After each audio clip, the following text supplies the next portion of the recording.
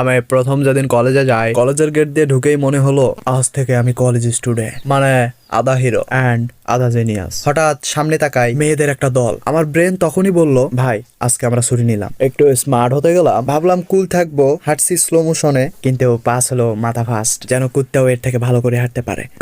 একটা মেয়ে জিজ্ঞেস করলো, এটা কোন ডিপার্টমেন্ট? আমি আত্মবিশ্বাস নিয়ে বললাম, জি ওটা মানে এইটা ওটা মানে না, আসলে আমার এই বালছেড়া কাহিনী দেখে পাশের বন্ধুরা বলতেছে, এই ছেলেটা কি লাইভ হ্যাং হয়ে গেছে নাকি রে বাড়া। একটা মেয়ে এসে হাসি দিয়ে বলল, তোমার নাম কি?